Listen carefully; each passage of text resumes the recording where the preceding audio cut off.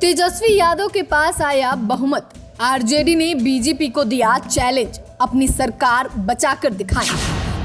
बिहार में हुए सियासी उठापटक के बाद से फ्लोर टेस्ट को लेकर सियासत गर्म है। संभवतः बीते 2 दशकों में पहली बार नीतीश कुमार के सामने सरकार बचाने की चुनौती आई है। अगर मौजूदा समय की बात करें तो एक तरफ बीजेपी और जेडीयू पर्याप्त बहुमत जुटाने में लगी हुई है, तो दूसरी तरफ महागठबंधन भी फ्लोर टेस्ट को असफल साबित करने के लिए पूरी तैयारी में दिख रहा है। वहीं अब तो आरजेडी ने बीजेपी को खुली चुनौती भी दे दी है कि पार्टी बिहार में अपनी सरकार बचाकर दिखाए। ऐसे में सवाल यह है कि क्या लालू यादव और तेजस्वी यादव ने इतनी संख्या बल का जुगाड़ कर लिया है कि एनडीए के लिए बहुमत साबित करना मुश्किल हो जाएगा। आइए इसी मुद्दे पर एक रिपोर्ट देखते हैं। आपको बता दें कि बिहार में हुए सत्ता में उलटफेर के बाद नीतीश कुमार के लिए बहुमत साबित करना चुनौती बनता जा रहा है। इन सब के बीच अब बीजेपी और आरजेडी में वार पलटवार तेज होता दिख रहा है। दरअसल बीजेपी के सम्राट चौधरी ने तेजस्वी यादव के खेला करने के बयान पर हमला बोलते हुए कहा था कि अगर खेला होगा तो उन्हें खिलौना भी दिया जाएगा, जिसके बाद अब आरजेडी ने सम्राट चौधरी को खुली चुनौती दी है। आरजेडी ने सम्राट चौधरी को चैलेंज देते हुए कहा है कि पहले 12 तारीख को फ्लोर टेस्ट में अपनी सरकार बचा ले।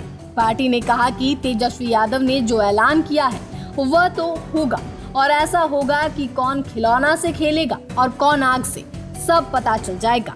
यानी कि आरजेडी ने एक बार फिर से बताने की कोशिश की है कि फ्लोर टेस्ट के दिन नीतीश कुमार के साथ बड़ा खेल हो सकता है। अब सवाल यह भी है कि आखिर आरजेडी के दावे के पीछे की वजह क्या है। क्या आरजेडी सिर्फ बयानबाजी कर रही है या फिर तेजस्वी यादव ने इतनी संख्या बल का इंतजाम कर लिया है कि नीतीश कुमार अपनी बहुमत साबित नहीं कर पाएंगे। वैसे बिहार में हुए सियासी उठापटक के बाद से अटकलों का बाजार गर्म है। एक तरफ जहां आरजेडी और कांग्रेस के नेताओं के द्वारा ऐसा दावा किया जा रहा है कि एनडीए के कई विधायक उनके संपर्क में हैं, तो दूसरी तरफ जेडीयू और बीजेपी की तरफ से भी कहा जा रहा है कि आरजेडी और कांग्रेस के कई विधायक उनके संपर्क में हैं। शायद यह भी एक वजह हो सकती है कि कांग्रेस ने ऑपरेशन लोटस को ध्यान में रखते हुए अपनी पार्टी के विधायकों को हैदराबाद भेज दिया है ताकि बीजेपी उनमें सेंध नहीं लगा सके, जबकि आरजेडी का कहना है कि नीतीश कुमार से उनके पार्टी के कई विधायक खफा है, इसलिए वो पाला बदल सकते हैं। इन सब के बीच जीतन राम मांझी अभी तक सुर्खियों में है। जिस तरह से उन्होंने बार बार अपनी नाराजगी जाहिर की है, उससे ऐसा महसूस हो रहा है कि उनका मन डोल रहा है। उन्होंने तो फिर से कह दिया है कि उनका एक रोटी से पेट नहीं भरता, तो क्या वो अब तेजस्वी यादव के साथ मिलकर सियासी रोटियां सेकेंगे, यह चर्चा में है। वैसे भी महागठबंधन के तरफ से उन्हें सीएम पद का खुला ऑफर है। ऐसे में अगर उनके साथ साथ एनडीए के कुछ और विधायकों को महागठबंधन अपने विश्वास में ले लेता है तो कोई बड़ी बात नहीं होगी कि तेजस्वी यादव की भविष्यवाणी सही साबित हो जाए।